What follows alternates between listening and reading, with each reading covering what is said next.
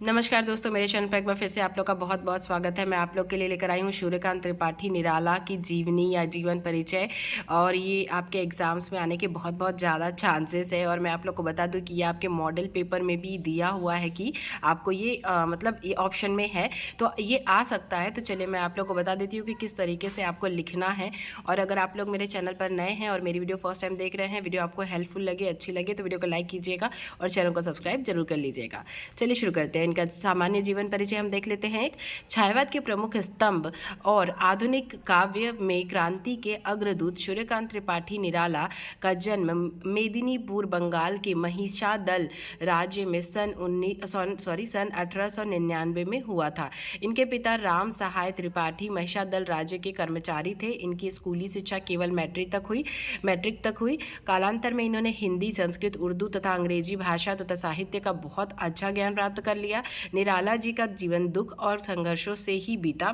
जीविकोपार्जन के लिए मतलब जीने के लिए जीवन यापन के लिए उन्होंने कलकत्ता में रामकृष्ण आश्रम में रहकर समन्वय का कार्य किया। 15 अक्टूबर 1961 को इलाहाबाद प्रयागराज में इनका स्वर्गवास हो गया। अब इनकी रचनाएं हम देख लेते हैं। इनकी प्रमुख रचनाएं निम्नलिखित है। कविता संग्रह, कविताओं में कौन कौन सी प्रमुख है? अनामिका, परिमल, गीतिका, बेला, नए पत्ते, अनिमा, तुलसीदास, कुकुरमुत्ता। सेकंड, गद्य साहित्य देख लेते हैं। चतुरी चमार, प्रभावती, बिल्ली सुर, बकरीहा, चोरी की पकड़, काले कारनामे, इस टाइप की इनकी गद्य की रचनाएं हैं। रेखा चित्र, कुल्ली भाट, ये मैं आपको बता दूं 2 नंबर में भी कहीं कहीं पूछा जा सकता है या 1 नंबर में भी पूछा जा सकता है। तो आप प्लीज़ इसे बहुत ध्यान से और अच्छे से पढ़ें। रेखा चित्र, कुल्ली भाट। निबंध संग्रह, प्रबंध पद्य, प्रबंध प्रतिमा, चाबुक, प्रबंध परिचय, रवि, कविता, कानन।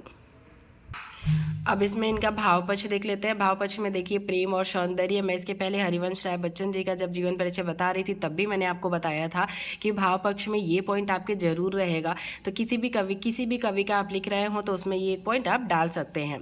तो प्रेम और सौंदर्य, छायावाद के उन्नायक कवि होने के कारण निराला के काव्य में प्रेम तथा सौंदर्य के मोहक चित्र प्राप्त होते हैं। उनका सौंदर्य चित्रण आकर्षक एवं अद्भुत है। राष्ट्रीयता, निराला जी का काव्य देश प्रेम और राष्ट्रीयता की भावनाओं से ओतप्रोत है। उनकी कविताओं में ओज स्पष्ट दिखाई देता है। प्रकृति चित्रण, निराला जी के काव्य में प्रकृति चित्रण के विविध रूप प्राप्त होते हैं। इनका प्रकृति चित्रण अत्यंत मधुर और सजीव है। उन्होंने प्रकृति में मानवीय भावों तथा क्रियाकलापों का आरोप किया है। प्रगतिवादी दृष्टिकोण, छायावाद का कवि होते हुए भी निराला जी को प्रगतिवाद का भी प्रथम कवि माना जाता है। निम्न वर्ग के जीवन को उन्होंने यथा तथ्य चित्रण किया है। जो उन्होंने जिया है उसको यथावत प्रस्तुत भी किया है।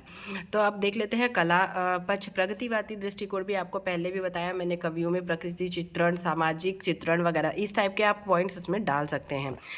भाव पक्ष में, कला पक्ष में भाषा, निराला जी की भाषा भाव के अनुरूप है। देश प्रेम तथा भक्तिपरक व्यंग्यात्मक कविताओं में उनका भाषा सरल एवं व्यवहारिक है।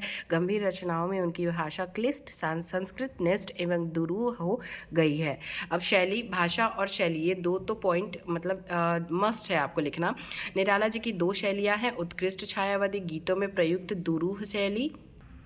नेक्स्ट है सरल, प्रवाह पूर्ण, प्रचलित उर्दू के शब्द लिए व्यंग्यपूर्ण और चुटीली शैली।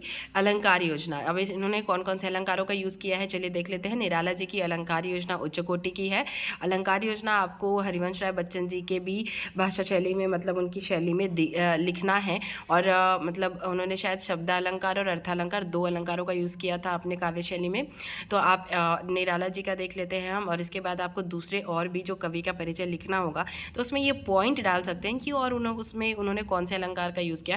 बस आपको ये देखने हैं और ऊपर के तो आपको याद हो जाएंगे। और अंदर कभी कभी ऐसा भी होता है कि टीचर्स पढ़ते नहीं हैं बट पॉइंट देख के नंबर दे देते हैं। निराला जी की अलंकार योजना उच्च कोटि की है। उनके काव्य में अलंकारों की प्रचुरता है। उन्हें ये वाला लाइन आप हर कवि के उसमें लिख सकते हैं। अलंकार योजना में उन्होंने उपमा, उत्प्रेक्षा, रूपक, मानवीकरण, विशेष, विपर्यय, पुनरुक्ति, प्रकाश आदि अलंकारों का प्रचुर मात्रा में प्रयोग किया किया है, आप पॉइंट डाल के मतलब ये मत लिखिएगा कि कौन से अलंकार का पर्टिकुलर यूज़ किया है, बट हाँ ये ज़रूर आप लिख सकते हैं कि उनके काव्य में अलंकारों की प्रचुरता है, उन्होंने बहुत अच्छे से अलंकारों का यूज़ किया है अपने काव्य को सुंदर बनाने के लिए, या इस तरीके से आप कुछ भी लिख सकते हैं, अंदर आपके नंबर नहीं कटेंगे। फिर साहित्य में स्थान देख लेते हैं। आधुनिक कवियों में निराला का उत्कृष्ट स्थान है, वे मुक्तक के जनक थे, उन्होंने हिंदी कविता को नई दिशा प्रदान की। हिंदी साहित्य में निराला के कृतित्व को उनके व्यक्तित्व ने और भी अधिक महान बनाया है। तो ये हो गया आपका मतलब कवि परिचय, मतलब सॉरी जीवन परिचय। सो चलिए, अगर वीडियो पसंद आई हो, हेल्पफुल लगी हो तो वीडियो को लाइक कीजिएगा, दोस्तों के साथ शेयर कीजिएगा, चैनल पर नए हैं सो प्लीज़ चैनल को सब्सक्राइब जरूर कर लीजिएगा। और अगर आपको कोई और कवि का या लेखक का जीवन परिचय भी पढ़ना हो या चाहिए हो तो आप मुझे कमेंट करके बता सकते हैं, मैं ट्राई करूँगी कि आपकी हेल्प कर सकूँ। और आपको किसी भी टॉपिक पे अगर कोई भी टॉपिक समझना हो व्याकरण से रिलेटेड तो भी आप मुझे कमेंट कर सकते हैं। चलिए, आप लोगों को एग्जाम्स के लिए ऑल द बेस्ट। मैं मिलूंगी अगली वीडियो में, तब तक के लिए bye bye, take care and thank you so much for watching.